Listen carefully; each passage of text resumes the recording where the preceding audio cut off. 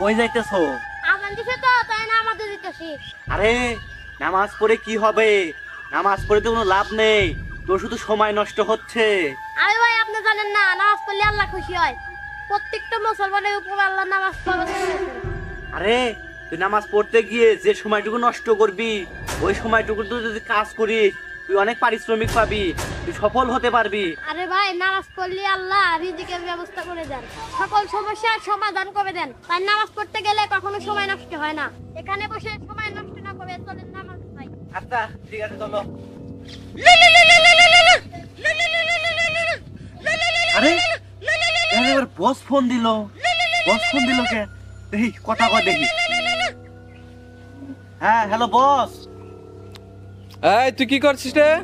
বস এই তো আমি এখানে বসে একজনকে ধোকা দিচ্ছি। তুই ধোকা দিচ্ছিস নাকি নিজেই ধোকায় পড়েছিস?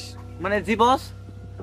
আরে আমি তো দেখতে পাচ্ছি তুই প্রকাশ্য ধোকায় পড়ে গেছিস। তুই কেন নামাজ পড়তে যাবি?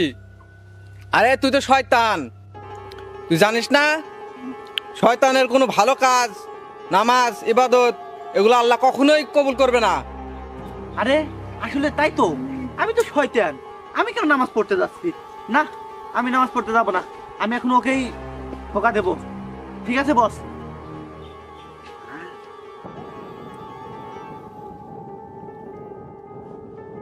আরে ভাই আমার দেখতেছেন কেন? আমাদের দেবেন না চলেন। আরে বসো। আরে ভাই দেরি হয়ে গেল তো চলেন নামাজ ভাই। আরে আমি তো শয়তান, আমার নামাজ পড়ে কোনো লাভ নেই। আমি নামাজ পড়বো না, আমি তো কেউ নামাজ পড়তে যেতে দেবো না। আচ্ছা থাকেন তাহলে আপনি নামাজ পড়েন। আরে আমি তো কেউ যেতে দেবো না। আরে শয়তান দাঁড়া তোকে আমি শিক্ষা দিচ্ছি।